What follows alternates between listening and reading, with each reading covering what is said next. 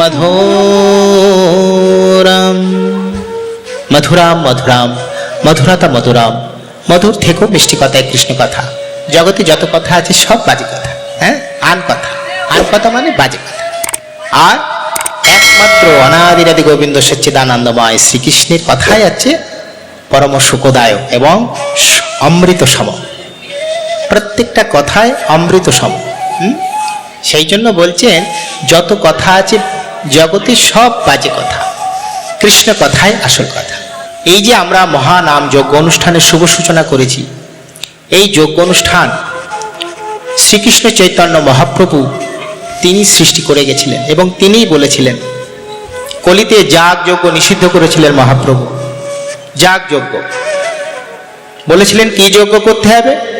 বলেছিলেন চেতন দর্পণ মার্জন ভব মহাদাবাগ্নি শ্রেয়কৈরব চন্দ্রিকা বিদ্যাবতু জীবনাম আনন্দ প্রতিপর্দং ধনম প্রতিপর্দং করুণামৃতাম স্বাধনাম সর্বত্র স্বপনং পরং বিজয়তে শ্রীকৃষ্ণ সংকীর্তনাম।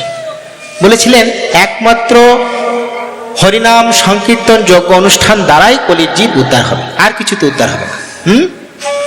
যাগ যজ্ঞ, সেবা পরিচর্যা, ধ্যান তপস্যা কলির জীবের জন্য নয়।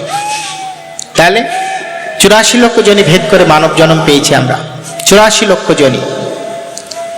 এর আগে আমরা বহু জনি ভেদ করে মানব জন্ম পেয়েছি, দুর্লভ জন্ম, শ্রেষ্ঠ জন্ম। আর হবে কিনা তা কেউ আমরা বলতে পারি না। তাহলে এই যে দুর্লভ জন্ম আমরা পেয়েছি, এই জন্মটা আমরা হেলায় হারানোর জন্য নয়, ভগবত সেবা করার জন্য। ভগবত সেবা করার জন্য আমরা দেহ পেয়েছি। সদ্গুরু চরণ আশ্রয় করে ভগবত সেবা করতে হবে, সদ্গুরু চরণ আশ্রয়। তাহলে মহাপ্রভু বলেছিলেন হরিনাম সংকীর্তন যজ্ঞ অনুষ্ঠান করতে।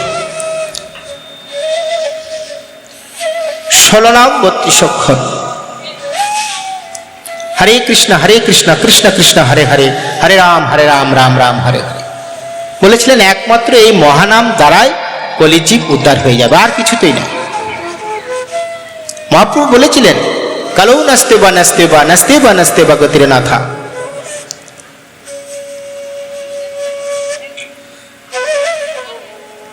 তিনি জগৎবাসীর উদ্দেশ্যে বলেছিলেন কি হরেন নাম আইব হরেন নাম আইব হরেন নাম আইব কেবলাম কালৌ নাস্তে বা নাস্তে বা নাস্তে বা গতির নাথা। একমাত্র কৃষ্ণ নাম ছাড়া গতি নাই, গতি নাই, গতি নাই। তাহলে মহাপ্রভু সেই গোলকের প্রেমধন, গোলকের প্রেম সম্পদ প্রভু নদিয়ার মাঝে নিয়ে এসেছিলেন। সেই গোলকের প্রেম সম্পদ কি না এই মহানাম। এই মহানাম দিয়েই আমরা জগতের মানুষ উদ্ধার হয়ে যাব, একমাত্র মহানাম। মহাপ্রভুর জীবনকাল এই 48 বছর মাত্র। 24 বছর তিনি নদিয়াতে লীলা আস্বাদন করেছেন। আর 24টি বছর প্রভু নীলাচলে অবস্থান করেছেন। এই 24টা বছর তিনি নদিয়ার মাঝে ছিলেন, আমাদের মাঝে ছিলেন প্রভু। মাত্র 24 বছর বয়সে সন্ন্যাস নিলেন, একমাত্র কলিহত জীবকে উদ্ধার করার জন্য। প্রভু চিন্তা করলেন যে আমায় এমন একটি দৃষ্টান্ত স্থাপন করতে হবে যা আমাকে স্মরণ করবে মানুষ, আমার চরণাশ্রয় করবে, তাতে কলির জীব উদ্ধার হবে। সেই জন্য তিনি কি করলেন? সন্ন্যাস গ্রহণ করলেন। সন্ন্যাস, সন্ন্যাস কথার অর্থ কি? যা এই ত্রিভুবন থেকে, এই সংসার থেকে, সমস্ত বস্তুর থেকে আশা আকাঙ্ক্ষা লোভ লালসা কামনা বাসনা ন্যাস হয়েছে, তাকেই সন্ন্যাস বলে। মহাপ্রভু বলেছিলেন আমার হইতে সন্ন্যাস ধর্ম শেষ। কেন? এই সন্ন্যাস ধর্মের যে আদর্শ, সে আদর্শ কলির জীব রাখতে পারবে না। সন্ন্যাসের যে আদর্শ, সন্ন্যাসের আদর্শে কি? সন্ন্যাসের প্রথম আদর্শ, সন্ন্যাসের কাল বলে কিছু থাকবে না। কালের জন্য কিছু থাকবে না, নিত্য। এখন তো সবাই সন্ন্যাস নিচ্ছে, আমরা সবাই সন্ন্যাস নিচ্ছি, কিন্তু সন্ন্যাসের যে আদর্শ, সে আদর্শ থেকে আমরা বিচ্যুত। কেননা মহাপ্রভু বলেছিলেন, আমা হইতে জ্যোতি ধর্ম শেষ, আমা হইতে জ্যোতি ধর্ম শেষ। মহাপ্রভুর কথা, আমার কথা না, ভগবান শ্রীকৃষ্ণ চৈতন্য মহাপ্রভুর কথা। জ্যোতি ধর্ম মানে সন্ন্যাস ধর্ম। তাহলে সন্ন্যাস ধর্মের মূল আদর্শ কি? কাল বলে কিছু থাকবে না, কাল। আর সঞ্চয় মনোবৃত্তি, সঞ্চয় মনোবৃত্তি, সঞ্চয় বলে কিছু থাকবে না। কাল, কালের জন্য কিছু থাকবে না। নিত্য প্রত্যেক দিন মাদুকারি করে যা নিজের মতো করে পাবে এক প্রসাদ, সেই প্রসাদটুকুনি তিনি নিত্য পাবেন, কালের জন্য রাখতে পারবেন না। যে আজকে বেশি মাদুকারি করে বেশি চাল পেয়েছি, সেটা কালের জন্য রাখবো, এমন কথা বলা যাবে না, বা এমন কথা ভাবাও যাবে না। তাহলে সন্ন্যাসের পরিপন্থা।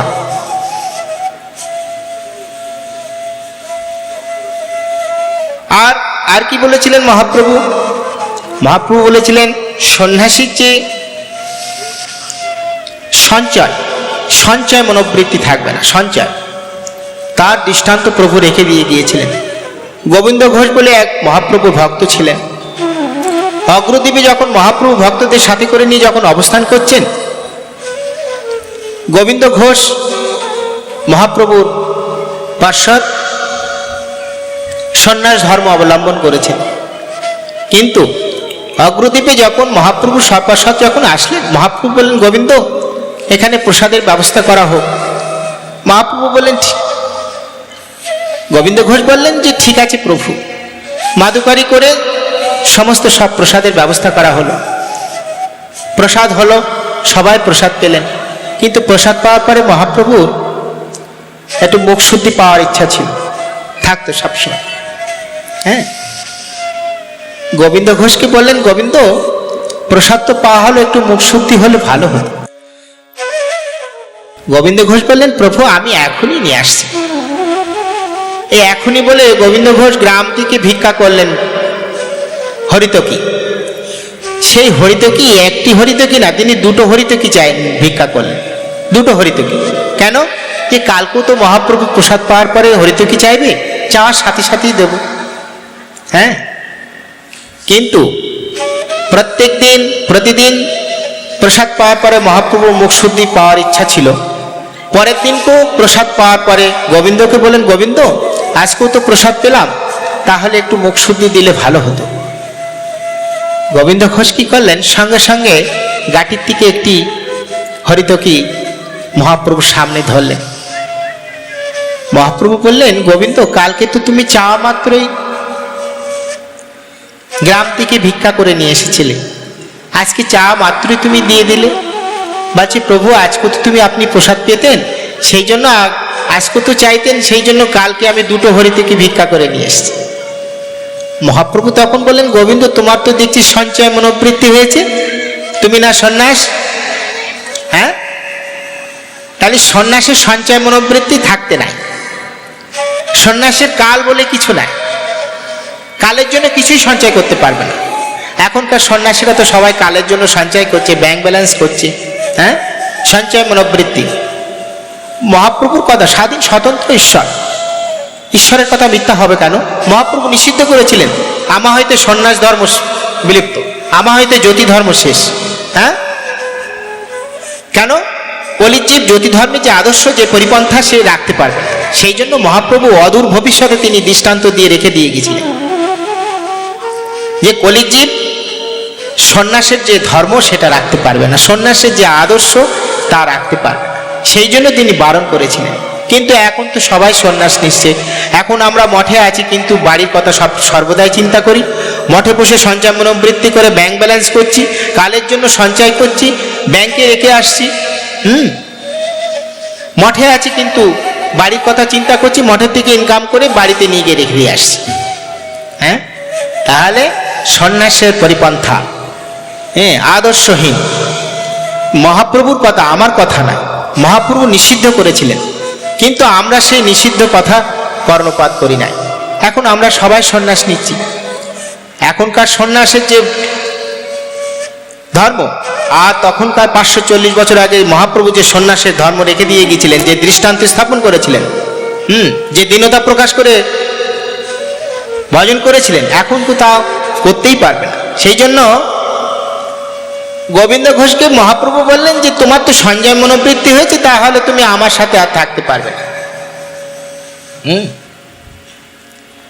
তুমি এই অগ্রদ্বীপেই থাকো এবং সংসারী হও। গোবিন্দ ঘোষ চরণ দুটি জড়িয়ে ধরে হাউ হাউ করে ক্রন্দন করছে, প্রভু আমায় চরণ ছাড়া করো না। বলছে না গোবিন্দ, তুমি আমার সাথে আর থাকতে পারবে না, তুমি সন্ন্যাস হয়ে তুমি সঞ্চয় মনোবৃত্তি গ্রহণ করেছো, সন্ন্যাসে তা থাকতে নাই, সেই জন্য তুমি আমার সাথে আর থাকতে পারবে না। গোবিন্দ ঘোষ বলল প্রভু তোমায় ছাড়া আমি থাকবো কি করে? বলছি গোবিন্দ কালকে প্রাতে যখন তুমি গঙ্গা স্নান করতে যাবে, ওই গঙ্গা স্নান করতে গিয়ে একটি শিলা পাবে, সেই শিলাটা তুলে এনে তুমি গোপীনাথ মূর্তি তৈরি করবে, আর সেই গোপীনাথ মূর্তি তৈরি করে তাতেই সেবা করবে, তাতেই তুমি আমার সেবা পাবে। আজও সেই অগ্রদ্বীপে গোবিন্দ ঘোষের সেবিত বিগ্রহ এখনো আছে, যদি আপনারা কোনোদিন যান দেখতে পাবেন সেই গোবিন্দ ঘোষের সেবা বিগ্রহ এখনো সেখানেই আছে। তাহলে মহাপ্রভু নীলাচলে 24টি বৎসর তিনি অতিক্রান্ত করেছেন এবং তার মধ্যে তিনি ভ্রমণও করেছেন, বৃন্দাবন ভ্রমণ করেছেন, দক্ষিণে গিয়েছেন, দক্ষিণ ভারতে গিয়েছেন, সমস্ত ভারতবর্ষে তিনি ভ্রমণ করেছেন। কিন্তু নীলাচল ছেড়ে তিনি কোথাও যাননি, নীলাচল ছেড়েই তিনি নীলাচলেই ছিলেন। কেননা সচিমাতাকে তিনি কথা দিয়েছিলেন, মহাপ্রভু যখন সন্ন্যাস নিয়ে যখন শেষবারের মতো যখন নবদ্বীপ ধামের দিকে নীলাচলে যাচ্ছেন, তখন সচিমাতা বলেছিলেন নিমাই তোর দাদা চলে গিয়েছে, বাবা চলে গিয়েছে, আমি কি নিয়ে থাকবো বল, তুই তো সন্ন্যাস নিলি, তুই তো থাক, ঘরে থাকবি না, তো তুই বৃন্দাবনে যাস না, বৃন্দাবন অনেক দূর, তুই নীলাচলে থাক। নবদ্বীপে প্রতিদিন নীলাচলে অনেক ভক্তরা যায়, তোর খবরাখবর পাবো, ভাববো নিমাই আমার ভালো আছে। মাতৃ আজ্ঞা শিরোমণি মহাপ্রভু আমার মায়ের আজ্ঞা মাটাই করে বলল, মা এই দেহ তোমার দেহ, তুমি যা বলবে তাই শোন, আমি কোথাও যাব না, আমি নীলাচলেই থাকবো। মহাপ্রভু 24টি বছর নীলাচলে ছিলেন, কিন্তু তার মধ্যে তিনি বৃন্দাবনে গিয়েছেন, দক্ষিণ ভারতে সমস্ত ভারতবর্ষ তিনি ভ্রমণ করেছেন এবং এই কৃষ্ণ নাম তিনি ছড়িয়ে দিয়েছেন দ্বারে দ্বারে। তাহলে মহাপ্রভু যে 24টি বৎসর তিনি নীলাচলে অতিক্রান্ত করেছেন, অনন্ত লীলা করেছেন প্রভু। প্রভু একদিন চটক পর্বত দর্শন করে তিনি বৃন্দাবনে ভাবান্বিত হয়ে তিনি সেই বৃন্দাবন পূর্বলীলা পূর্ব রাগ তিনি মনে করেছেন, সেই বলে ভগবান একেবারে সমুদ্রে ঝাঁপ দিয়েছেন। আচ্ছা মা বলুন তো, সমুদ্রে যদি একটি মানুষ জলের তলে কতক্ষণ থাকতে পারে বলে? থাকতে পারে বেশিক্ষণ? কিন্তু স্বাধীন স্বতন্ত্র ঈশ্বর মহাপ্রভু, তিনি সকালবেলায় সমুদ্রে ঝাঁপ দিয়েছেন আর সন্ধ্যাবেলায় জেলের জালে উঠেছেন। মহাপ্রভুকে সর্বসৎ সবাই খুঁজছেন যে মহাপ্রভু কোথায় গেলেন, কিন্তু শোনা গেল যে মহাপ্রভু এক জেলের জালে উঠেছে।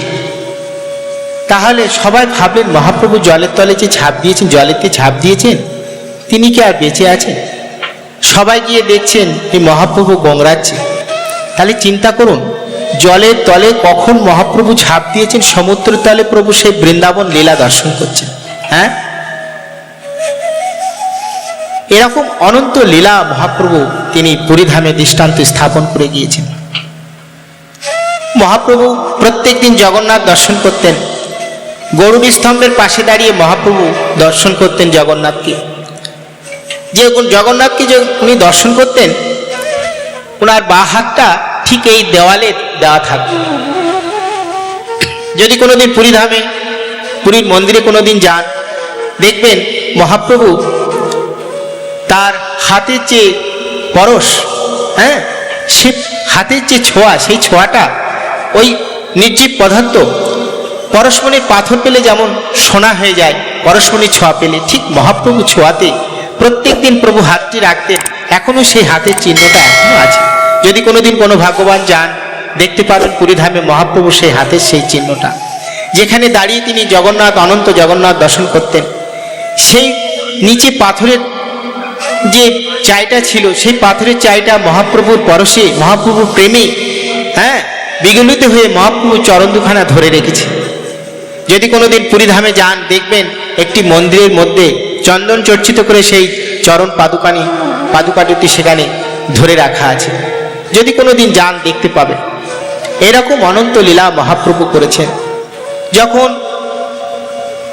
মহাপ্রভু যখন পুরীধামে জগন্নাথ দেবের স্নান যাত্রা পরে জগন্নাথ দেবের যখন দ্বার বন্ধ থাকতো 15 দিন, জগন্নাথের বিগ্রহে তিনি ওখান থেকে পুরীধামের থেকে আরো 12 কিলোমিটার দূরে আলালনাথে তিনি যেতেন। আলালনাথে গিয়ে আলালনাথ দর্শন করতেন। আলালনাথে সেখানে দর্শন করে সেখানে প্রসাদ পেয়ে একটি পাথরের চায়ের উপরে তিনি শয়ন করেছিলেন। যদি কোনোদিন কোনো ভাগ্যবান আলালনাথে যান, দেখতে পারবেন যে ভগবানের পরশে, ভগবানের ছোঁয়াতে সেই পাথরটা বিগলিত হয়ে গিয়ে মহাপ্রভু পুরো দেহের ছাপটা ধরে রেখে দিয়েছে। যদি কোনোদিন আপনারা কোনোদিন যান পুরীধামের থেকে আলালনাথ ঠিক 12 কিলোমিটার দূরে আলালনাথ, সেখানে গিয়ে দেখবেন মহাপ্রভুর সেই অনন্ত লীলা, যে লীলা স্থাপন করেছেন প্রভু জগৎবাসীর উদ্দেশ্যে। তার প্রেমে বিগলিত হয়ে ওই জড় পদার্থ গলিত হয়ে গিয়েছে, মহাপ্রভুর দেহের ছাপখানি ধরে রেখে দিয়েছে। এরকম মহাপ্রভু অনন্ত লীলা স্থাপন করে গিয়েছেন পুরীধামে। মহাপ্রভু যখন বৃন্দাবন ধামে যখন গিয়েছেন, বৃন্দাবন ধামে যখন তিনি পৌঁছালেন, তখন তো 540 বছর আগে বৃন্দাবন ধামে প্রভু গিয়েছেন, তখন জঙ্গলাকীর্ণ ছিল।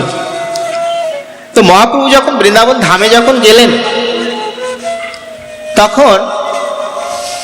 যখন ওই গাছের তল দিয়ে যাচ্ছেন, বৃক্ষের তলে দিয়ে যাচ্ছেন, সমস্ত পত্র পুষ্পে প্রস্ফুটিত হয়ে গেছে বৃন্দাবন, আর এই পুষ্পগুলো সব ঝরে ঝরে মহাপ্রভুর গায়ে পড়ছে। আর এই পুষ্প তার মনের ভাবকে প্রকাশ করে বলছেন, প্রভু আমি তোমাকে ভুলি নাই গো, তুমি তো সেই আমাদের ব্রজেন্দ্র নন্দন আছো। পুষ্প ঝরে মহাপ্রভুর গায়ে পড়ছে, আর পুষ্প বীতিকা তারা ভাব প্রকাশ করে বলছে, প্রভু তোমাকে আমরা ভুলি নাই গো, তুমি তো সেই আমাদের ব্রজেন্দ্র নন্দন আছো। গাভীগুলো ছুটে ছুটে আসছে, গাভীগুলো ছুটে এসে মহাপ্রভুর গা গুলো লেহন করে দিচ্ছে, চেটে চেটে দিচ্ছে, আর মনের ভাব প্রকাশ করে বলছে, প্রভু তোমায় আমরা ভুলি নাই গো, তুমি তো সেই আমাদের ব্রজেন্দ্র নন্দন আছো। আর ময়ূরগুলো সামনে এসে পেখম তুলে নৃত্য করছে, বলছে, প্রভু তোমাকে আমি ভুলি নাই গো, তুমি তো সেই আমার ব্রজেন্দ্র নন্দন আছো। তাহলে মহাপ্রভু এরকম অনন্ত লীলা স্থাপন করে সেই ব্রজেন্দ্র নন্দন, সেই আমার নদিয়ার বিহারী, সত্য সত্যই তিনি আসলেন নদিয়ার মাঝে, আমাদের মতো করে আমাদের রূপ ধরে প্রভু আসলেন।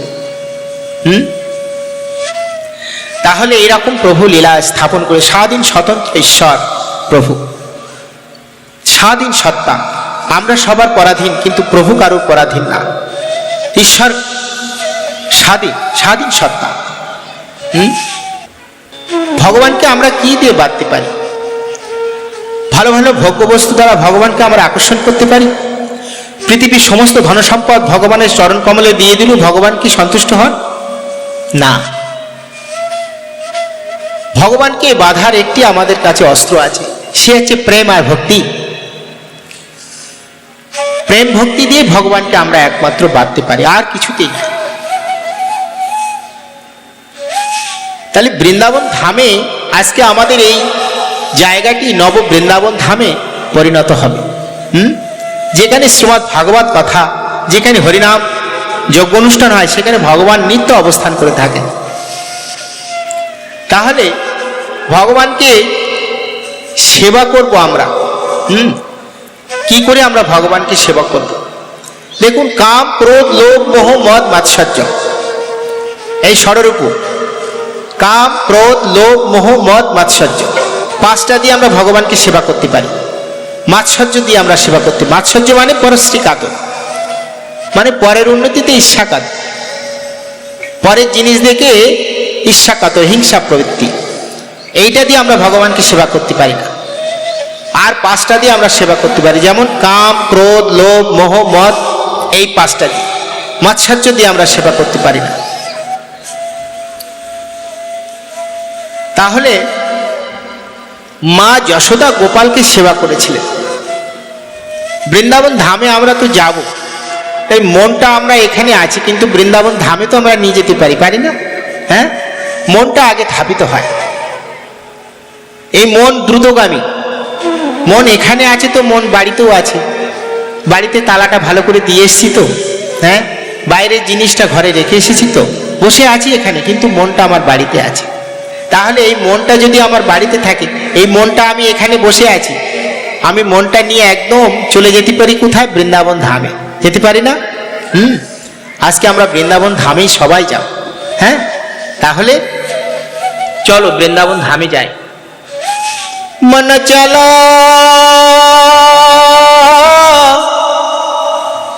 মধু বৃন্দাবন রে,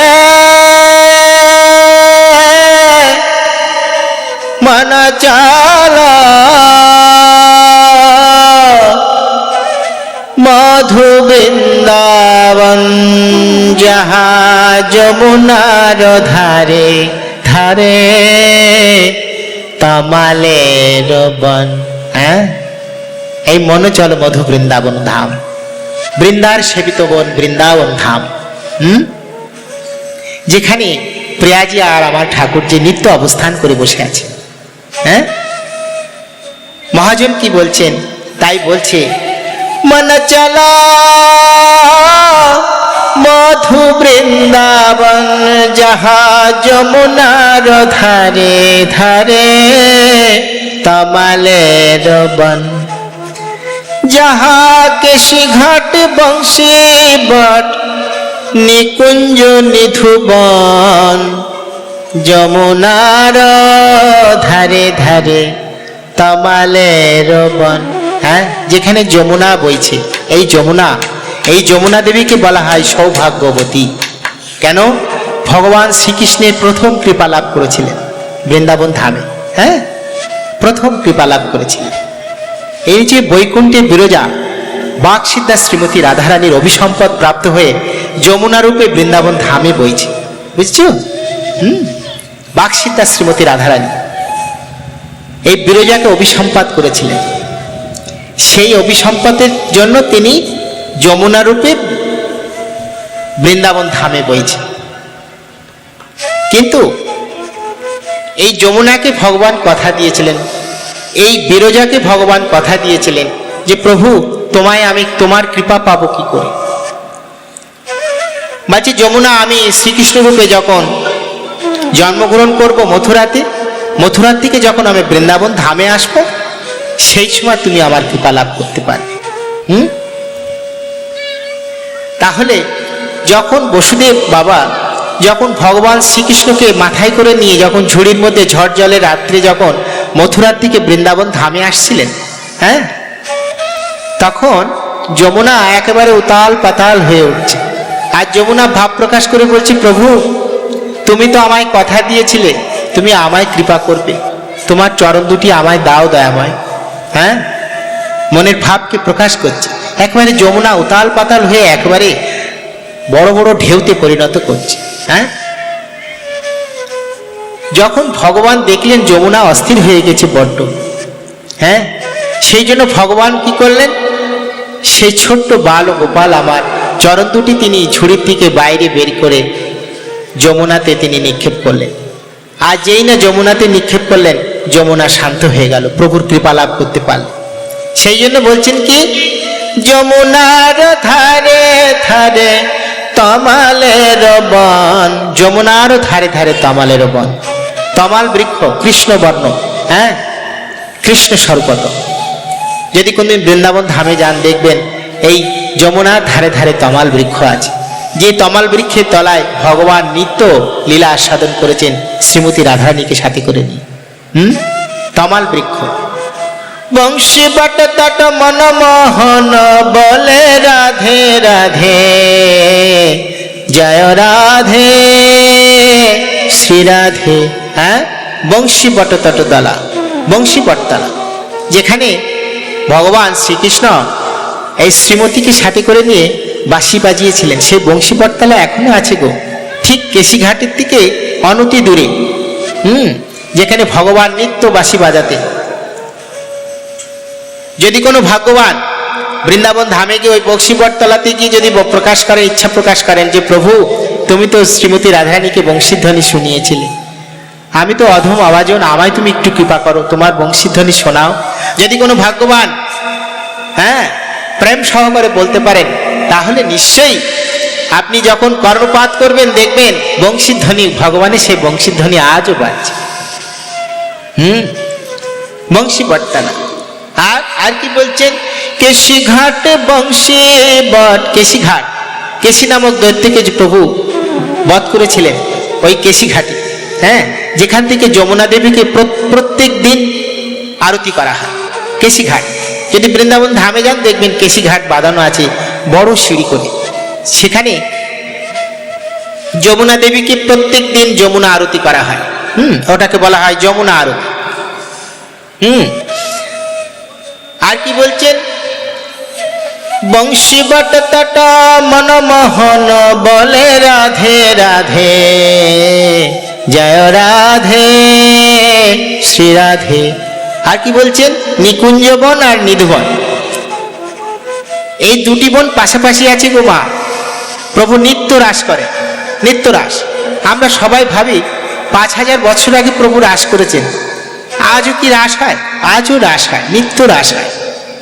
নিকুঞ্জনে প্রভু রাস করেন আর নিধুবনে গিয়ে প্রভু বিশ্রাম করেন। আমি সেখানে গেছিলাম, জানেন তো, রাত্রিবেলা রাস হয়েছে, প্রভু তাম্বুল সেবা করেছে। শ্রীমতী রাধারানী তাম্বুল সেবা করেছেন। আমি খুব সকালবেলা গেছি, তখন শ্রীমতী দ্বারখানা খুলেছে, জয় রাধে। তাম্বুল সেবা করেছে তো, ছোট্ট ছোট্ট পানির খিলি।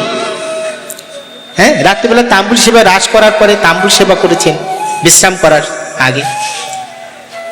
আর যেই না দ্বার খুলেছে সবাইকে প্রসাদ বাড়ছে, মানে রাধারানীর প্রসাদ, তাম্বুল প্রসাদ, ছোট্ট ছোট্ট পানের খিলি। আপনাদের চরণের আশীর্বাদে আমি ভাগ্যবান, সেই রাধারানী তাম্বুল প্রসাদ আমি পেয়েছিলাম। যেখানে প্রতিদিন নিত্য রাস হয়। নিকুঞ্জ বনে প্রভু রাস করেন আর নিধুবনে শয়ন করেন, বিশ্রাম করেন।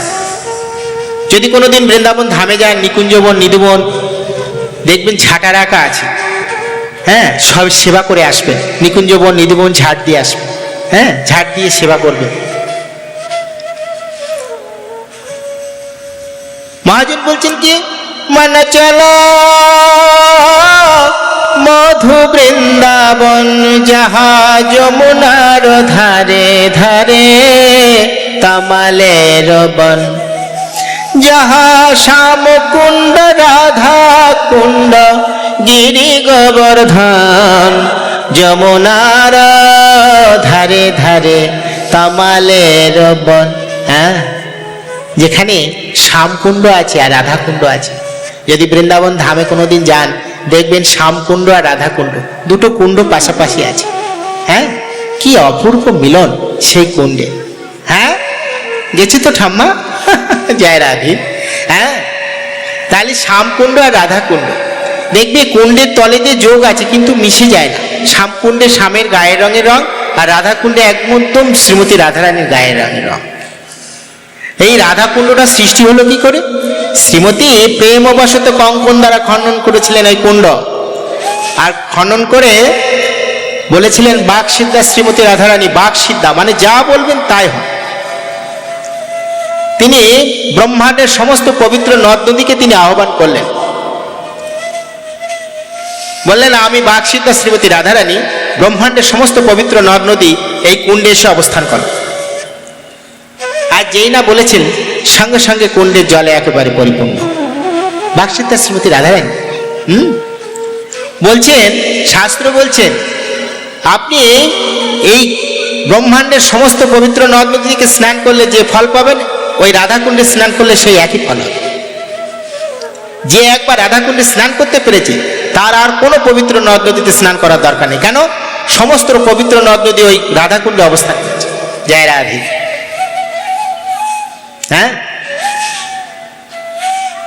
আর পাশেই আছে শ্যামকুণ্ড, যেখানে ভগবান শ্রীকৃষ্ণ প্রেমবশত মুরলী দ্বারা ওই খণ্ডন করেছিলেন। প্রথমে রাধাকুণ্ডে স্নান করবেন, তারপরে শ্যামকুণ্ডে গিয়ে স্নান করবেন। হ্যাঁ, আগে রাধারানীর কৃপা, তারপরে গোবিন্দ কৃপা। আর কি বলছেন, যাহা শ্যামকুণ্ড রাধা কুণ্ড গিরি গোবর্ধন, যেখানে ভগবান এই সমস্ত গোকুলবাসীকে দেবরাজ ইন্দ্রের কোপের থেকে বাঁচিয়েছিলেন। গিরিরাজ গোবর্ধন পর্বত। আচ্ছা, ভগবানের তো 5টা আঙুল, আমাদেরও 5টা, তাই না? ভগবান এই আঙুলে তো ধরতে পারতেন, এই আঙুলে ধরতে পারতেন, এই আঙুলে ধরতে পারতেন, এই আঙুলে ধরতে পারতেন, কিন্তু তিনি এই কনিষ্ঠ আঙুলের উপরে ধরলেন কেন গিরিরাজ পাহাড়টি? কেননা বললেন, আমি অখিল ব্রহ্মাণ্ডের মালিক। হ্যাঁ, আমি এই সমস্ত ব্রহ্মাণ্ডকে আমার এই কনিষ্ঠ আঙুলের উপরে ধরতে সক্ষম। হ্যাঁ, প্রভু সবাইকে দেখিয়েছিলেন। সেই জন্য প্রভু এই গিরিরাজ গোবর্ধন পর্বতটিকে তিনি এই কনিষ্ঠ আঙুলের উপরে তিনি দাঁড় করিয়েছিলেন। সেদিনকে দাঁড় করিয়ে সমস্ত গোকুলবাসীকে তিনি রক্ষা করেছিলেন। আর কি বলছেন, যাহা ললিতা বিশাখায়াদি যত সখী গান, যমুনার ধারে ধারে তমালের বন, যেখানে ললিতা সখী আর বিশাখা সখী এরকম অষ্টসখী সমন্বিত শ্রীমতী রাধারানী সর্বদা সেখানে অবস্থান করে আছে প্রভু। হ্যাঁ, এইসব সখীরা কারা? এরা সব শ্রীমতী রাধারানীর অংশভূত। লীলা আস্বাদন করার জন্য শ্রীমতী নিজের অঙ্গ থেকে এই সমস্ত সখীদের সৃষ্টি করেছিলেন। মন চলা মধু বৃন্দাবন, যাহা যমুনার ধারে ধারে তমালের বন। আর কি বলছেন, যাহা শ্রীদাম সুধাম দাম বসুধাম যত সখাগণ, যমুনার ধারে ধারে তমালের বন। হ্যাঁ, কি বলছেন, যেখানে প্রিয় শাখা শ্রীদাম সুধাম দাম বসুধাম, হ্যাঁ, এরা নিত্য পার্ষদ ভগবানের, নিত্য পার্ষদ। অনন্তকাল ধরে ভগবানের নিত্য পার্ষদ রূপেই তারা জন্মগ্রহণ করছেন। ভগবান যখন লীলা বিস্তার করার জন্য বারবার করে যতবারই তিনি এসেছেন, এই সমস্ত লীলা পরিকরগণ তিনি সাথে করেই নিয়ে এসেছেন লীলা আস্বাদন করার জন্য। একা একা লীলা পুষ্টি আস্বাদন করা যায় না, সেই জন্য তিনি এই সমস্ত পরিকরগণ সাথে করে নিয়ে প্রভু এসেছেন, বারবার করেই এসেছেন। এই শ্রীদাম সুদাম দাম বসুধাম এরা ভগবানের একান্ত আপনজন, একান্ত নিত্য পার্ষদ। বংশী বট তট মনমোহন বলে রাধে রাধে, জয় রাধে শ্রী রাধে। যাহা পিতা নন্দ মা যশোদা যত গোপীগণ, যমুনার ধারে ধারে তমালের বন, যেখানে মা যশোদা আছে আর পিতা নন্দ মহারাজ আছে। আর কে আছে? যত প্রিয় গোপীগণ আছে, সেই মধুর বৃন্দাবন ধাম। আমরা বৃন্দাবন ধামে এসেছি। আচ্ছা বলো তো, গোপাল, এই গোপালকে মা সেবা করেছিলেন মা যশোদা আর পিতা নন্দ মহারাজ। বলুন তো, ওই পিতা নন্দ মহারাজকে আর মা যশোদাই বাকে কোন সৌভাগ্য বলে মা যশোদা গোপালকে পুত্র রূপে পেয়েছিলেন? কোন সৌভাগ্য বলে পিতা নন্দ মহারাজ এই জগৎপতিকে পুত্র রূপে পেয়েছিলেন? বলো তো, কে কে এই মা যশোদা? এই মা যশোদা হচ্ছেন পূর্বজন্মে ছিল ধরা সতী। হ্যাঁ, আর পিতা নন্দ মহারাজ ইনি ছিলেন স্বর্গের অষ্টবসুর এক বসু। হ্যাঁ, এই ধরা সতী আর দ্রোণ এরা ছিলেন পূর্বজন্মে স্বামী স্ত্রী। এরা 1000 বছর তপস্যা করে ভগবানকে প্রাপ্ত হয়েছিলেন। 1000 বছর। তো ভগবানকে যখন প্রাপ্ত হলেন, ভগবান ধরাসতীকে পরীক্ষা করার জন্য একেবারে ব্রাহ্মণ বেশ ধারণ করে ব্রহ্মা বিষ্ণু মহেশ্বরে আসলেন ধরাসতীকে পরীক্ষা করার জন্য। হ্যাঁ, যে ধরাসতী আমায় তপস্যা করে প্রাপ্ত হয়েছে, আমাকে কতটুখানি ভক্তি করে, সেই ভক্তিকে পরীক্ষা করার জন্য ধরাসতীর গৃহে ব্রাহ্মণ রূপ ধারণ করে প্রভু আসলেন। হ্যাঁ, ব্রাহ্মণ বেশ ধারণ করে ব্রহ্মা বিষ্ণু মহেশ্বর আসলেন। আর ব্রহ্মা বিষ্ণু মহেশ্বর এসে ধরাসতীকে বলছে, মা তোমার গৃহে আজকে আমরা প্রসাদ ভিক্ষা করব। কোনো বৈষ্ণব যদি কোনো বাড়িতে গিয়ে বলে, মা আজকে তোমার গৃহে আমি প্রসাদ ভিক্ষা করব, মানে আজকে তোমার গৃহে আমরা প্রসাদ পাব। এখন ধরাসতী বলছেন, ধরাসতী বসতে জায়গা দিয়েছেন, হ্যাঁ আসন দিয়েছেন ব্রাহ্মণ দেবতা। এখন এই ধরাসতী স্বামীকে বলছে, স্বামী ঘরেতে কিছু নাই, ব্রাহ্মণ দেবতাকে সেবা দেবো কি করে? স্বামী দ্রোণ বলছেন, ধরা তুমি দেখো যদি ভিক্ষা করে কোনো কিছু পাও। তা তিনি ভিক্ষায় বেরোলেন। ধরাসতী ভিক্ষা বেরিয়ে গ্রামে গিয়ে কিছুই পেলেন না। এখন ব্রাহ্মণ দেবতাদের সেবা দেবে কি করে? ধরাসতী চিন্তা করছে, তাই তো ব্রাহ্মণ দেবতাতে যদি সেবা না দিতে পারে তাহলে তো আমাদের ব্রাহ্মণ দেবতা অসন্তুষ্ট হবে, আমাদের অমঙ্গল হবে। ধরাসতী ক্রন্দন করছে, ক্রন্দন করতে করতে আসছেন আর দেখছেন ওই তিন মাথার মোড়ে একটি দোকানি বসে আছে, চাল ডাল প্রসাদ সাজিয়ে বসে আছে। ধরাসতী সেখানে গিয়ে বলছে, বাবা আমায় যদি কিছু চাল ডাল দিতেন তাহলে আমি ব্রাহ্মণ দেবতাদের বাড়িতে সেবা দিতে পারতাম। বলছি, হ্যাঁ আমি তো দেওয়ার জন্যই বসে আছি। তা কড়ি দাও। বলছে, কড়ি তো নেই বাবা আমার কাছে। বলছে, কড়ি না দিলে আমি তো কিছু ধারে দিতে পারবো না। বলছে, আমি তো ধারে বিক্রি করি না। ধরাসতী বলছে, বাবা আমার কাছে তো কিছু নাই। দেখো ওই দোকানে সেজে বসে আছে, কে জানো তো? ভোলানাথ। হ্যাঁ, ভোলা মহেশ্বর এই দোকানে সেজে বসে আছে সতীকে পরীক্ষা করার জন্য, প্রেম আর ভক্তির পরীক্ষা। হ্যাঁ, বলছে দিতে পারি, যদি তোমার একটি স্তন কেটে আমায় দিতে পারো তাহলে আমি চাল ডাল দিতে পারি। তা ধরাসতী বলছে, ধরাসতী চিন্তা করছে, আমার একটি স্তন কেটে দিয়ে যদি আমি ব্রাহ্মণ দেবতার সেবা করতে পারি সেই আমার পরম সৌভাগ্য। বলছি, বাবা আমার কাছে তো কাটারি নাই। বলছে, কাটারি আমার কাছে আছে। ধরাসতীর হাতে কাটারিটা দিয়েছে। ধরাসতী অবলীলাক্রমে একেবারে একটি স্তন কেটে ব্রাহ্মণ দেবতার হাতে দিয়েছে, ওই দোকানিকে হাতে দিয়েছে। এখন রক্ত নদী ধারায় বয়ে যাচ্ছে। তখনকার দিনে তো আর ব্লাউজ ট্লাউজ ছিল না মা, দোপাট্টা কাপড় সুন্দর করে বেঁধে, হ্যাঁ মা চাল ডাল প্রসাদ নিয়ে বাড়িতে গিয়ে উত্তম পরিপাক করে ভগবানের ভোগ লাগিয়ে ব্রাহ্মণ দেবতাদের সেবা দিয়েছে। হ্যাঁ, আর সেবা যেই না দিয়েছে, ধরাসতী যখন নিচু হয়ে সেবা দিয়েছেন, একটি রক্তের নদীর ধারা ওই ব্রাহ্মণ দেবতার পাতের পাশে গিয়ে পড়েছে। আর পাতের পাশে যেই না পড়েছে, ব্রাহ্মণ দেবতারা বলছে, মা অসুচি অবস্থায় তুমি আমাদের সেবা দিলে। ধরাসতী বলছে, মা যে প্রভু আমি অসুচি অবস্থায় আপনাদের সেবা দিইনি বাবা। তাহলে এই রক্তনদী ধারা, এই রক্তনদী ধারা কোথার থেকে আসলো? কিছুতেই সতী স্বীকার করছে না। দ্রোণ স্বামী জিজ্ঞাসা করছি, তাই তো সতী এই রক্তনদী ধারা কোথার থেকে এলো? তাহলে তো আমরা প্রসাদ পাবো না, তুমি অসুচি অবস্থায় আমাদের সেবা দিয়েছ। স্বামীর পীড়াপিড়িতে তখন সতী, ধরাসতী সত্য কথা বললেন, স্বামী গিয়ে তো আমাদের কিছুই ছিল না, ভিক্ষা করে কিছুই পাইনি।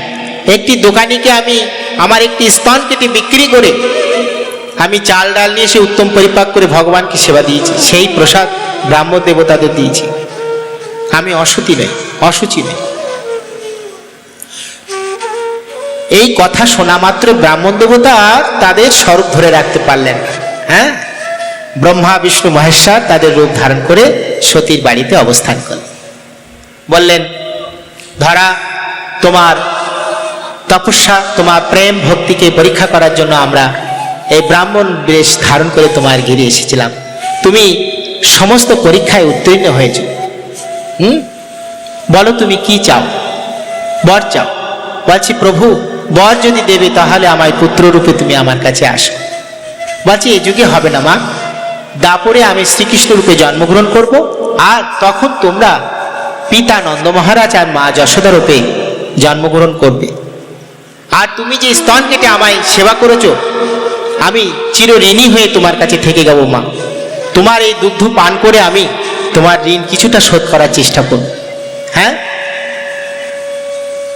আর ভোলানাথ সেই স্তন হাতে করে দাঁড়িয়ে আছে, সেই স্তনটি পৃথিবী স্বরূপ ভার হয়ে গিয়েছে। হ্যাঁ, ভোলানাথ ভগবানকে বলছে প্রভু এই স্তন স্বরূপ, এই পৃথিবী স্বরূপ স্তন আমি আর ধরে রাখতে পারছি না, এই স্তন এই অমূল্য সম্পদ প্রভু বৃথা যাবে। বলছে না, বৃথা যাবে না। বলছে মর্তে স্থাপন করো, মর্তে নিক্ষেপ করো। ওই স্তন মর্তে নিক্ষেপ করলেন। ওই মর্তে নিক্ষেপ করে বিল্ল বৃক্ষরূপ রূপে পরিগণিত হল, বিল্ল বৃক্ষরূপ। হ্যাঁ, বেলগাছ দেখেছো তো মা, বেলগাছ, ওই বেলগাছ আছে ধরাসতী স্বরূপ, স্তন স্বরূপ।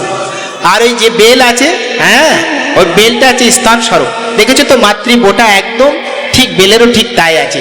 যখন মা দুর্গা নবপত্রিকা যখন গণেশ দেবতার পাশে রাখা হয় স্ত্রী স্বরূপ, ওই বেল দুটো দিয়ে স্তন স্বরূপ তৈরি করা হয়।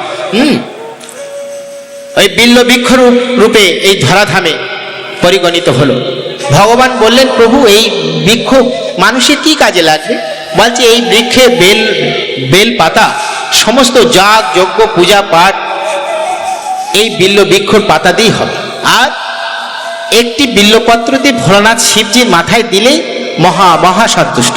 হ্যাঁ, আর বললেন এই বেল বলছে শ্রীফল রূপে পরিগণিত হবে। শ্রীফল মানুষের হিত কল্যাণের উদ্দেশ্যে লাগবে, যা মহা ঔষধে পরিণত হবে এই বেল, যা খেলে মানুষের উপকারে আসবে।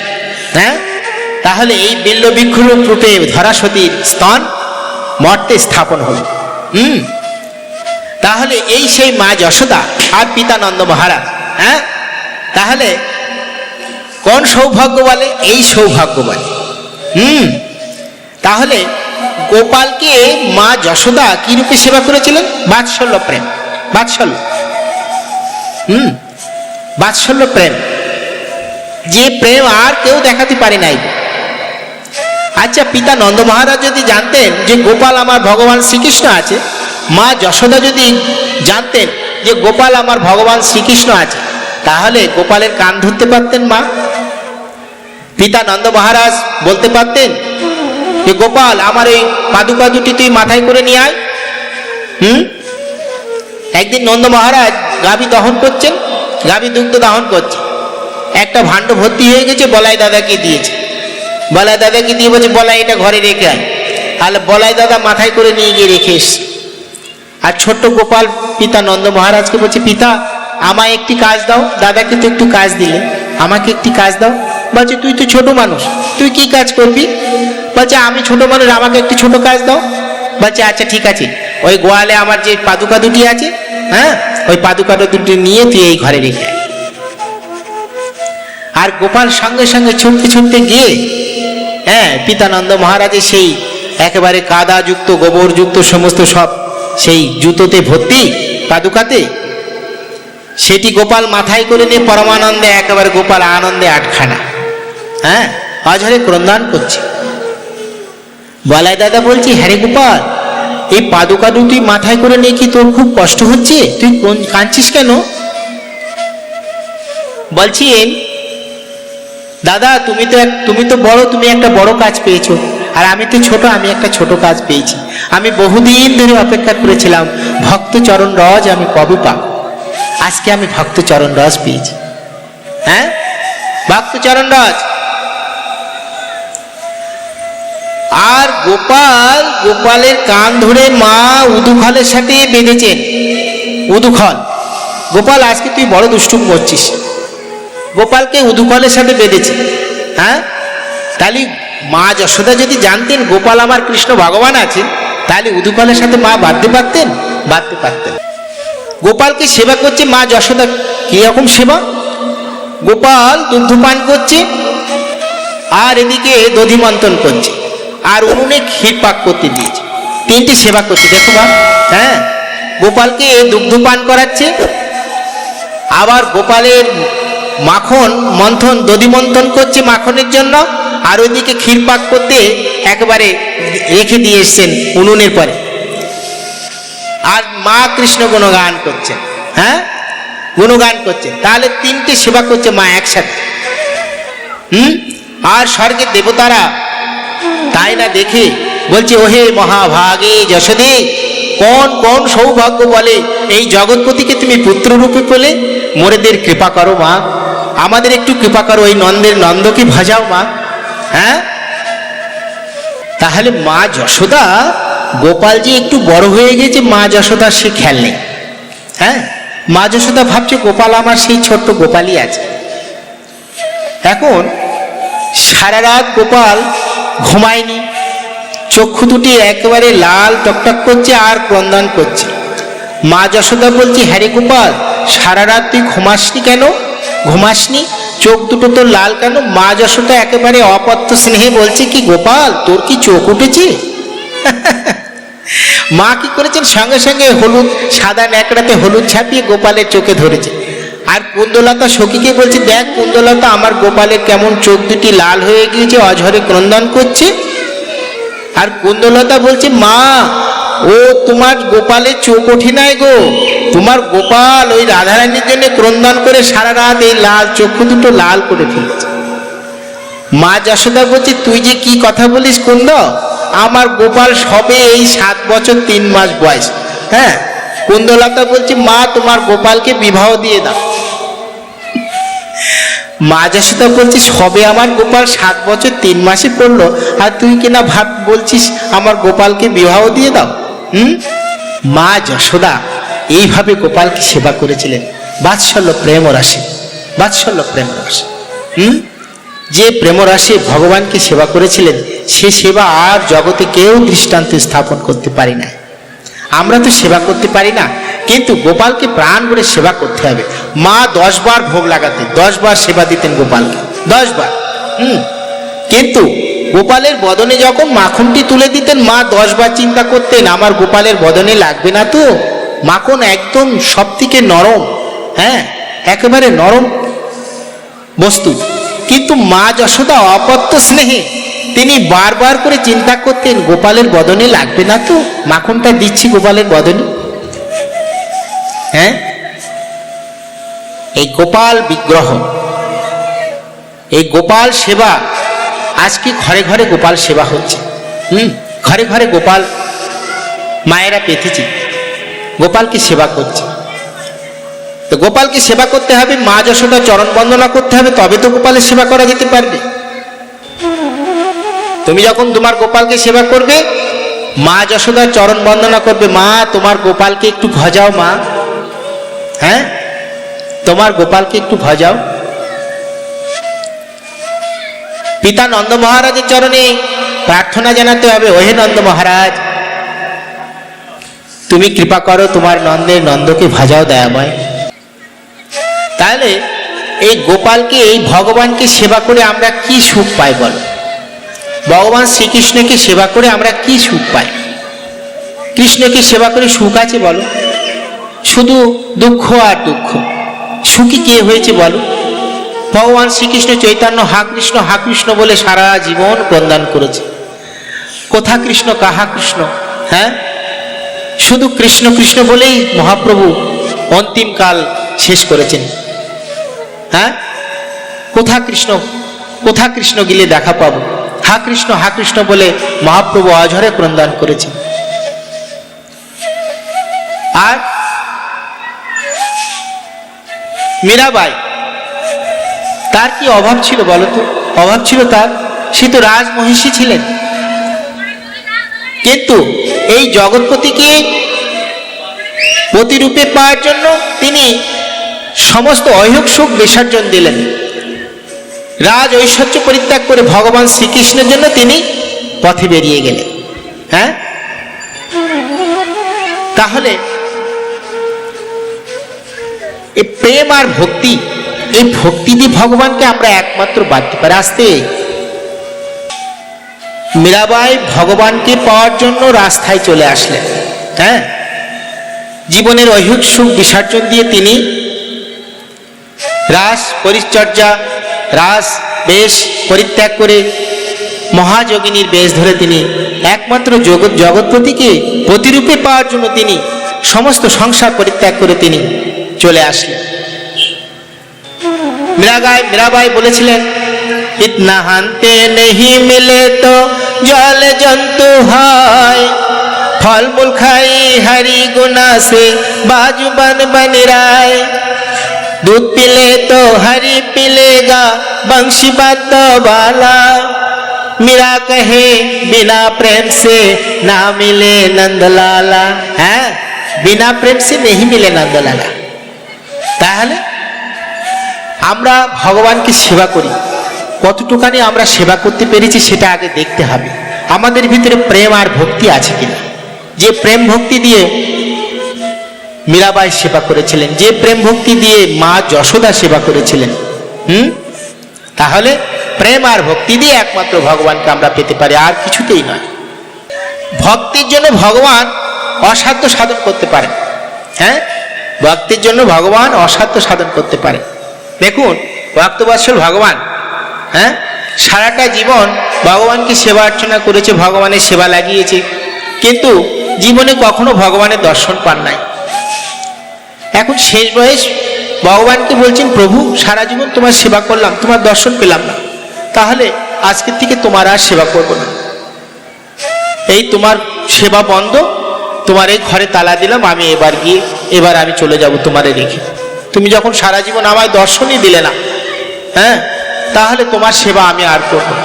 আমার এখন শেষ বয়স, সারা জীবন অতিক্রান্ত করে ফেলেছি, কিন্তু তোমার দর্শন পেলাম না, তোমাকে আর সেবা করব না। ভগবানের দরজা বন্ধ করে দিয়েছেন। বন্ধ করে দিয়ে একেবারে গেটের সামনে এসে বাবাজি দাঁড়িয়েছে। আর যেই না বাবাজি দাঁড়িয়েছে, ভগবান সামনে এসে দাঁড়িয়েছে। হ্যাঁ, দিবজ মুরলীধর বলছে, হ্যাঁ রে, আমায় ছেড়ে কোথায় যাচ্ছিস? হ্যাঁ, বলছি প্রভু তুমি এসেছো? বলছি হ্যাঁ, তুই আমাকে রেখে চলে যাচ্ছিস, আমার সেবা করতে কে? বলছি প্রভু আমি তো সারা জীবন তোমার সেবা করেছি, তুমি তো আমায় দর্শন দাও না, সেই জন্য আজকে আমি তোমায় ছেড়ে চলে যাচ্ছি। তা তুই চলে যাচ্ছিস, আমাকে সেবা করবে কে? আমাকে খেতে দেবে কে?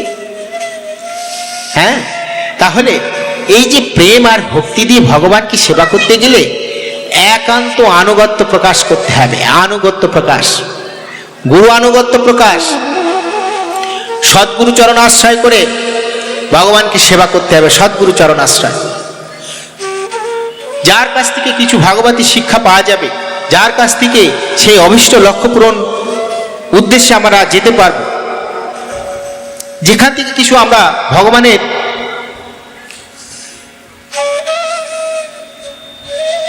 সমস্ত বিষয়ে জানতে পারব, সেই সদ্গুরু চরণ আশ্রয় আমাদের করতে হবে। সদ্গুরু চরণ আশ্রয় করে আমরা ভগবানকে সেবা করতে পারব। ভক্তবৎসল ভগবান এই কটকে জানো তো, এই ছোট বিপ্র আর বড় বিপ্র ছিল, দুই ব্রাহ্মণ ছিল। হ্যাঁ, ছোট বিপ্র আর বড় বিপ্র। এখন বড় বিপ্র বলছে, চল না আমরা বৃন্দাবন ধামে যাই, আর সমস্ত তীর্থ ভ্রমণ করে বৃন্দাবন ধামে যাব। এখন ছোট বিপ্রকে সাথে করে নিয়েছে। বড় বিপ্র মানে ব্রাহ্মণ, দুই ব্রাহ্মণ। এখন সমস্ত তীর্থ ভ্রমণ করে বৃন্দাবন ধামে গিয়ে পৌঁছেছে। আর বৃন্দাবন ধামে পৌঁছলে বড় বিপ্র আর ছোট বিপ্র দুইজনে মিলে ভগবতকে সেবা করছেন পরমানন্দে। এখন ওই ছোট বিপ্র বড় বিপ্রকে এত ভালো সেবা অর্চনা সেবা করেছে। হ্যাঁ, প্রত্যেক দিন পাক করে বড় বিপ্রকে খেতে দিয়েছেন। হ্যাঁ, তাকে সেবা করেছেন খুব সুন্দর করে। বড় বিপ্র খুব খুশি হয়েছে। ছোট বিপ্রকে বলছে, হ্যাঁ রে, তুই তো আমার খুব ভালো সেবা করলি, ঠিক আছে, দেশে ফিরে গিয়ে আমার মেয়ের সাথে তোর বিবাহ দেব। বলছি এই ভগবান মদন গোপালকে সাক্ষী রেখে আমি বললাম। বলছি এই গোপালকে সাক্ষী রেখে আমি বললাম। হ্যাঁ, বলছি বিপ্র তুমি কিন্তু সাক্ষী রেখে বললে, কিন্তু হ্যাঁ তুমি তোমার মেয়ের সাথে আমাকে বিবাহ আমার সাথে তোমার মেয়ের বিবাহ দেবে, কিন্তু আমরা তো ছোট জাতি, আমার সাথে তোমার তো বিবাহ দিলে তুমি তো সমাজচ্যুত হবে। কটকে ফিরে গিয়ে আমরা আমার মেয়ের সাথে তোমার বিবাহ দেব। ঠিক আছে, এই কথা বলা মাত্রই তারা নিজের দেশে ফিরে এসেছেন গোপালকে সাক্ষী রেখে। ফিরে আসলে একদিন ছোট বিপ্র বড় বিপ্রের বাড়ি গিয়ে বলছে, তুমি তো গোপালকে সাক্ষী রেখে বলেছিলে তোমার মেয়ের সাথে আমার বিবাহ দেবে, তা এখন তোমার মেয়ের সাথে আমার বিবাহ দাও। বলছে, তখন আত্মীয় পরিজনরা বলছে, তোমার তো সাহস বটে, তুমি আমাদের মেয়েকে বিবাহ করতে চাও। বলছে, তোমাদের এই বড় বিপ্র তো আমায় কথা দিয়েছিলেন ওই গোপালকে সাক্ষী রেখে বৃন্দাবনে ভৎসনা করছে ওকে, তোমার সাহস তো বটে। আত্মীয় পরিজনরা আর বড় বিপ্র বলছে, কই এমন কথা তো আমি বলি নাই। বড় বিপ্র বলছে, ঠিক আছে, তোমার গোপালকে যদি আমি সাক্ষী রেখে তোমার গোপালকে যদি তুমি এখানে আনয়ন করতে পারো তাহলে আমি আমার মেয়ের সাথে তোমার বিবাহ। হ্যাঁ, গোপালকে যদি বৃন্দাবন ধামের থেকে তুমি এখানে আনতে পারো। ছোট বিপ্র বলছে, ঠিক আছে, তুমি কথা দিলে তো? বলছে, হ্যাঁ, কথা দিলাম। এখন ছোট বিপ্র বৃন্দাবন ধামে গিয়েছে, আর বৃন্দাবন ধামে গিয়ে গোপালকে সেবা দিয়েছে 1 কিলো 750 চালের অন্ন।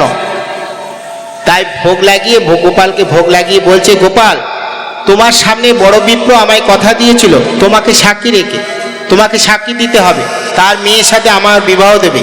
এখন বলছে আমার সাথে তো ওর মেয়ের বিবাহ দেবে না, তাহলে তোমাকে সাক্ষী স্বরূপ আমার ওখানে যেতে হবে। গোপাল তখন ভক্তকে বলছে, আমি এই বিগ্রহ রূপে যাইব কেমনে? বলছে, আমি বিগ্রহ রূপে যাইব কেমনে? বলছে, তখন ছোট বিপ্র বলছে, তুমি যদি বিগ্রহ হও তাহলে কথা কাও কেমনে? হ্যাঁ, ভগবান বলছে, আমি বিগ্রহ রূপে যাইব কেমনে? আর ছোট বিপ্র বলছে, বিগ্রহ যদি হও তুমি কথা কাও কেমনে? তুমি যদি বিগ্রহ হও তা কথা বলছে কি করে? তোমাকে সাক্ষী রেখে আমাকে কথা দিয়েছিল, আজকে তোমাকে আমি নিতে এসেছি, তোমাকে আমার সাথে যেতে হবে ওই উড়িষ্যায়। বলছে, আমি বিগ্রহ স্বরূপে যাইব কেমন? বলছে, আমি যেতে পারি, তাহলে আমারে আজকে 1 কিলো 750 চালের অন্নের ভোগ লাগাতে হবে, তারপরে আমি প্রসাদ পেয়ে তারপরে যাব। বলছে, আচ্ছা ঠিক আছে। 1 কিলো 750 চালের অন্ন প্রসাদ করে গোপালকে ভোগ লাগিয়েছে। গোপাল বলল, দেখো বিপ্র, আমি যেতে পারি, কিন্তু তুমি কিন্তু কখনো পিছনের দিকে তাকাতে পারো, আর যদি পিছনের দিকে তাকাও তাহলে কিন্তু আমি আর যাব। গোপাল বলছে, দুষ্টু গোপাল, হ্যাঁ আচ্ছা ঠিক আছে। এখন ওই উড়িষ্যায় যখন ঢুকেছে, এখন ওই গ্রামে যেই ঢুকেছে, গোপাল ওই ছোট বিপ্র বলছে, তুমি তো আমার পিছন পিছনে আসবো, আমি বুঝিব কেমনে? বলছে, আমার নুপুরের ধ্বনি শুনিবে যখন, তখন ভাববে আমি তোমার পিছন পিছন আছি। হ্যাঁ, এখন ওই গ্রামে যখন ঢুকেছে নুপুরের ধ্বনি আর শুনতে পাচ্ছে না। এখন যেই না নুপুরের শুনি ধুনতে পারছে না, সঙ্গে সঙ্গে পেছনের দিকে তাকিয়েছে, আর যেই না পেছনের দিকে তাকিয়েছে গোপাল একেবারে হা করে হেসে পড়েছে। হ্যাঁ, আর যেই হেসে পড়েছে গোপাল একেবারে দাঁড়িয়ে পড়েছে। বলছে, চলো। বলছে, না, আমি তো তোমাকে বলেছিলাম তুমি পেছনের দিকে তাকাবে না, তুমি তাকালে আমি আর যাইব না। গোপাল সেখানে দাঁড়িয়ে গেছে, আজও সেখানে গোপাল আছে। হ্যাঁ, সেই বৃন্দাবনের গোপাল। তাহলে তুমি এখান থেকে আর যাবে না? বলছে, না, আমি আর এখানে যাব না, আমি এখানেই থাকবো। এখন সমস্ত সব খবরাখবর পড়ে গিয়েছে। হ্যাঁ, এখন বড় বিপ্র এসেছে, বড় বিপ্র এসে দেখছে, হ্যাঁ, গোপাল একেবারে বিগ্রহ রূপে দাঁড়িয়ে পড়েছে একেবারে। তখন সমস্ত সবাই স্বীকার করে নিয়ে বড় বিপ্র করেছে কি, বড় বিপ্রের সেই মেয়ের সাথে ছোট বিপ্রের বিবাহ বন্ধন করেছে।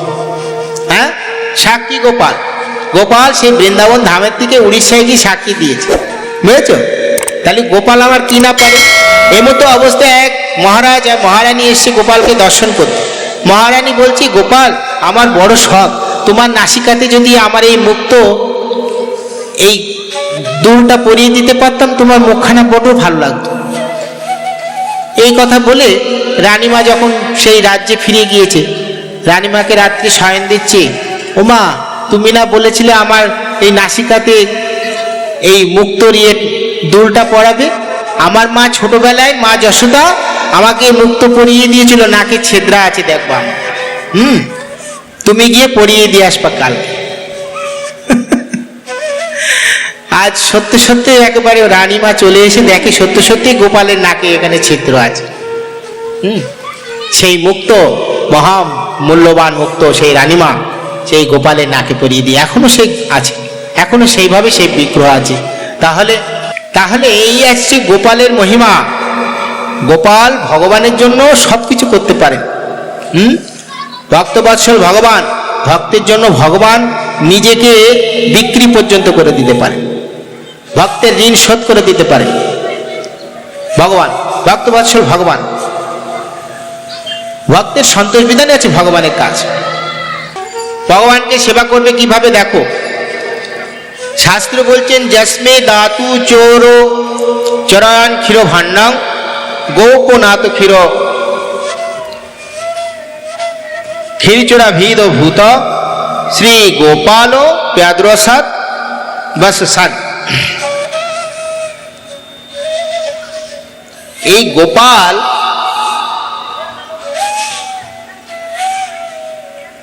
বলছেন ক্ষীর ও ভাণ্ড চোরায়, বলছে ক্ষীরপূর্ণ ভাণ্ড চুরি করেছিলেন ভক্তের জন্য ভগবান। ভক্তের জন্য ভগবান চুরি করতেও পারে। এই বৃন্দাবন ধামে মাধবেন্দ্র পুরীপাদ তিনি অবস্থান করেছেন। এই মাধবেন্দ্র পুরীপাদ এত বড় ভক্ত ছিলেন ভগবানের। মাধবেন্দ্র পুরীপাদ একদিন শয়ন করে আছেন, ভগবান স্বপন দিচ্ছেন, বলছে মাধু, ভগবান খুব আদর করে ডাকতেন মাধবেন্দ্রকে, বলছে মাধু আমি মাটির তলেতে আছি, আমি আর থাকতে পারছি না, তুই আমাকে উদ্ধার করে নিয়ে আয়, আমি আর থাকতে পারছি না, আমি অমুক জায়গাতে আছি। এখন মাধবেন্দ্র পাদ বয়স হয়ে গেছে, তো লোকজন নিয়ে সাথে করে নিয়ে কোদাল টুদাল নিয়ে গিয়ে একেবারে সেই জায়গায় যেখানে বলেছে ভগবান সেখানে গিয়েছে। আর যেই না গিয়েছেন ওখানে কোদাল দিয়ে মাটি খুঁড়তেই সেই গোপাল বেরিয়েছে। হ্যাঁ, আর গোপীনাথ বেরিয়ে, সেই গোপীনাথ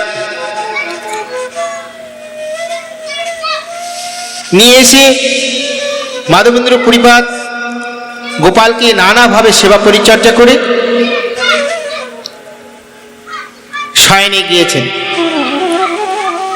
গোপাল বলছে, গোপাল এই মাধু, আমি তো বহুদিন মাটির তলাতে ছিলাম, কিন্তু আমার সারা অঙ্গ গায়ে একদম জ্বলে যাচ্ছে, তুই আমার ওই মলাই পর্বত থেকে চন্দন এনে আমার সারা গায়ে প্রলেপ দে, তাহলে আমার গাটা ঠান্ডা হবে।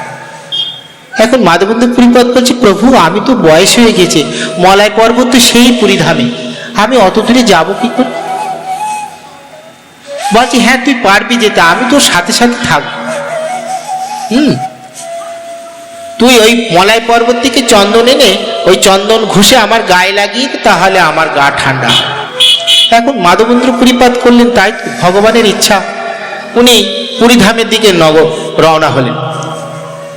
আর পুরীধামে যখন রওনা হলেন, পুরীধামে যখন ঢোকার আগে, যখন আমাদের এই বাংলা হয়ে যেতে হয়, যখন উড়িষ্যায় যেতে হয়, শেষ সীমানা, বাংলার শেষ সীমানা, শেষ সীমানা পার হলেই এই রেমুনা বলে একটি জায়গা আছে, রেমুনা উড়িষ্যার ভেতরে পড়ে, একদম বাংলা পার করে গিয়েই রেমুনা পড়ে। যদি পুরীধামে যান রেমুনাতে যাবে, দেখবেন গোপীনাথ আছে সেখানে, ক্ষীরচোরা গোপীনাথ, ক্ষীরচোরা গোপীনাথ। ভক্তের জন্য ভগবান ক্ষীর ভাণ্ড চুরি করেছে। যার মাথার চূড়া ভগবান শ্রীকৃষ্ণ চৈতন্য মহাপ্রভুর মস্তকের এসে পড়েছিল, হ্যাঁ, সেই গোপীনাথের চূড়া।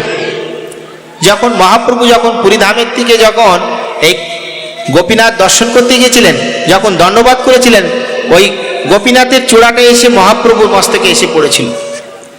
হ্যাঁ, সেই গোপীনাথ। এখন রেমুনাতে মাধবেন্দ্র পুরীপাদ এসেছেন। এখন ওখানে ভোগ হয় কি জানেন তো, ক্ষীর ভোগ হয়। এই ভারতবর্ষের কোথাও অত সুন্দর ক্ষীর ভোগ কোথাও হয় না। ওখানে ভোগ শুধু প্রসাদই, শুধু ক্ষীর হয়। এরকম এরকম মাটির হাঁড়িতে 50 টাকা আছে, 100 টাকা আছে, 200 টাকা আছে, এরকম ভাণ্ডতে ক্ষীর পাক করে ওখানে নিজে, ওখানে ভগবানের মানে রন্ধনশালা আছে, শুধু ওখানে ক্ষীরভোগই হয়। এত সুন্দর সুস্বাদু ক্ষীরভোগ, একদম দৈব প্রসাদ। আমি সেখানে গেছিলাম, হ্যাঁ, সেই গোপীনাথ বিগ্রহ দর্শন করে এসেছি, প্রসাদও পেয়েছিলাম। সেই ক্ষীরভাণ্ড 12টি ভাণ্ড ভগবানকে দেওয়া হয় নিত্য প্রতিদিন, 12টি ভাণ্ড। এখন মাধবেন্দ্র পুরীপাদ দিয়েছেন, মাধবেন্দ্র পুরীপাদ উনি অযাচক বৃত্তি ছিলেন, মানে কারো কাছে কিছু চাইতেন না, অযাচক বৃত্তি। যদি কেউ কিছু দিতেন তাহলে গ্রহণ করতেন, নিজের থেকে কোনোদিন কিছু কারো কাছে চাইতেন না। এখন মাধবেন্দ্র ভগবানের ভোগটোক হয়ে গিয়েছে, হয়ে যাওয়ার পরে কেউ কিছু আর দেয়নি বলে উনি আর কিছু পাননি, প্রসাদ পাননি। এখন একটি ওই মন্দিরের থেকে দূরে এক গাছতলা থেকে মাধবেন্দ্র পুরীপাদ ওই ভগবানের গুণগান করছে, আর সবাই প্রসাদ তোসাদ পেয়ে একেবারে পূজারি গিয়ে বাড়িতে শয়ন করেছে। আর যেই না শয়ন করেছে, ভগবান বলছে, হ্যাঁ গো, তোরা সবাই প্রসাদ পেলে, আর আমার মাধুকে একটু প্রসাদ দিলি না? তোরা সবাই তো প্রসাদ পেলি। এখন চিন্তা করছি, তাই তো, কাকে প্রসাদ দিইনি আমরা? হ্যাঁ, বলছে আমার মাধু তো কারোর কাছে কিছু চায় না, যদি কিছু দেয়, কেউ কিছু উপজে দেয় তবে সে গ্রহণ করে। তা আমার মাধু তো সেখানে ছিল, তোরা তো আমার মাধুকে প্রসাদ দিসনি। তাই জন্য আমি মাধুর জন্য একটি ভাণ্ড চুরি করে রেখেছি। ভগবান ভক্তের জন্য ভাণ্ড চুরি করেছে। একটি ভাণ্ড চুরি করে ভগবান তার অঞ্চলের নিচে রেখেছে, অঞ্চলের নিচে রেখেছে।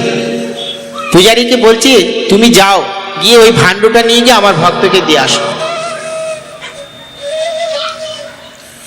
পূজারী চিন্তা করছি, তাই তো, কত বড় ভক্ত সেই, ভগবান ভক্তের জন্য ভাণ্ড চুরি করলেন। আমরা এতদিন সেবা করছি ভগবানকে, হ্যাঁ। এখন পূজারী বাবা ছুটতে ছুটতে এসেছেন, ছুটতে ছুটতে এসে দেখে ওই ভগবানের অঞ্চলের তলে সত্যি সত্যি একটা ভাণ্ড আছে, ভগবান চুরি করে রেখেছে ভক্তের জন্য। এখন ওই ভাণ্ডটি নিয়ে বলছে, এখানে কে আছে গো মাধু, কে আছে গো মাধু, হ্যাঁ, করতে করতে দেখছেন গাছের তলাতে গিয়ে ওই বাবাজি জপে একেবারে বিভোর। বলছি, ও বাবা, এই নাও ক্ষীর ভাণ্ড, তোমার জন্য ভগবান এই ভাণ্ডটি চুরি করেছেন। বলছে, আমার জন্য ভাণ্ড চুরি করেছে ভগবান? বলছে, হ্যাঁ, সবাই তো প্রসাদ পেয়েছে, তুমি তো প্রসাদ পাওনি, তাই ভগবান তোমার জন্য এই ভাণ্ড চুরি করে তার অঞ্চলের তলে রেখেছিল। যেই না বলেছে ভগবানের সেই ভাণ্ডটি মাধবেন্দ্র পুরীপাদের হাতে দিয়েছে। উনি প্রসাদ পেয়েছেন, প্রসাদ পেয়ে চিন্তা করছে, ভগবানের পরশ তো, ভগবানের হাত দুটো ওই ভাণ্ডে লেগেছে, হ্যাঁ, ভাণ্ডটা কোথায় ফেলবো? যদি কোনো ভক্তের চরণে লাগে তাহলে তো সেই ভক্তের পাপ হবে। দেখুন ভগবানের প্রতি ভক্তের কি প্রেম, দেখুন, হ্যাঁ। সেই ভাণ্ডটি কি করলেন, মাটির ভাণ্ডটি তিনি ভেঙে টুকরো টুকরো করলেন, করে ঝোলার মধ্যে রেখে দিলেন। প্রত্যেক দিন প্রেম সহকারে ওই একটি করে মাটির ভাণ্ড তিনি চিবিয়ে চিবিয়ে খেয়ে ফেলতেন, হ্যাঁ, চিবিয়ে চিবিয়ে খেয়ে ফেলতেন। পুরো ভাণ্ডটি তিনি চিবিয়ে খেয়ে ফেলেছিলেন, ওই মাটির ভাণ্ডটি।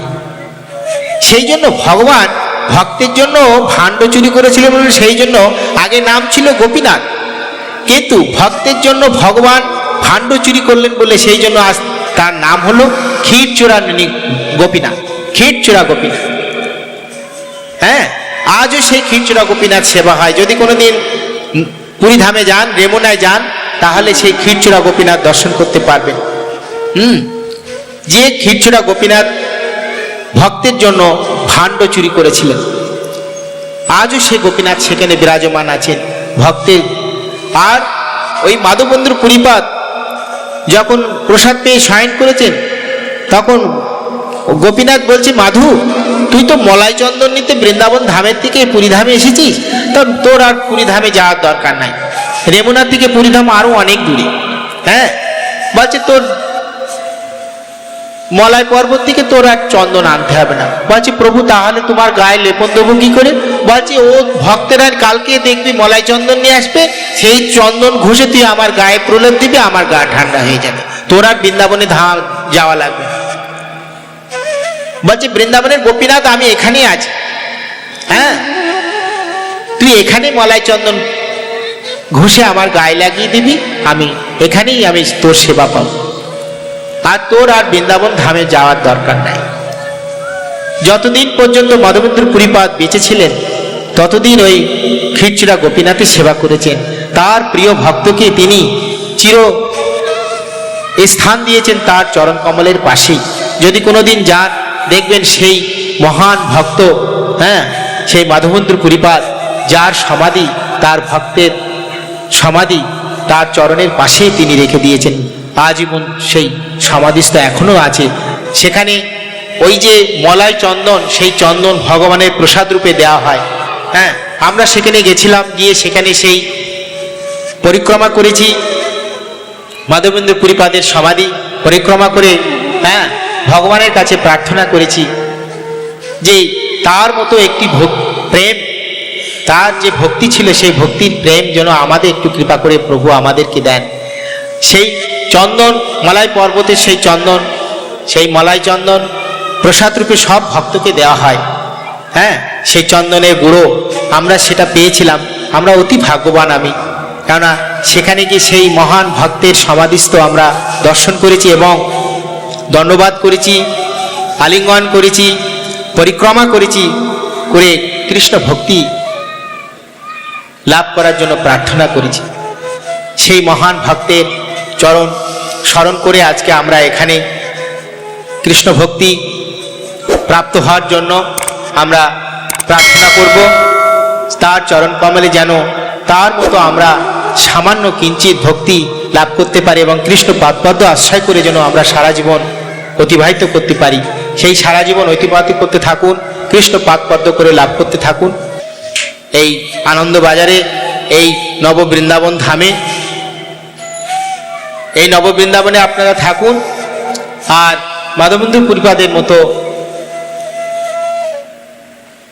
ভগবানকে সেবা করতে থাকুন। এই সেবা করতে করতে আজকে আমরা এখানে ভাগবত কথা বিশ্রাম দিলাম। শ্রী গুরু নিতাই গৌর সীতানাথ প্রেমানন্দে হরি হরি বল। শ্রী গুরু নিতাই গৌর সীতানাথ প্রেমানন্দে হরি হরি হরি। আপনাদের কাছে একটি ছোট্ট অনুরোধ, এই ধরনের আরও ভিডিও দেখতে চ্যানেলটিকে এখনই সাবস্ক্রাইব করুন।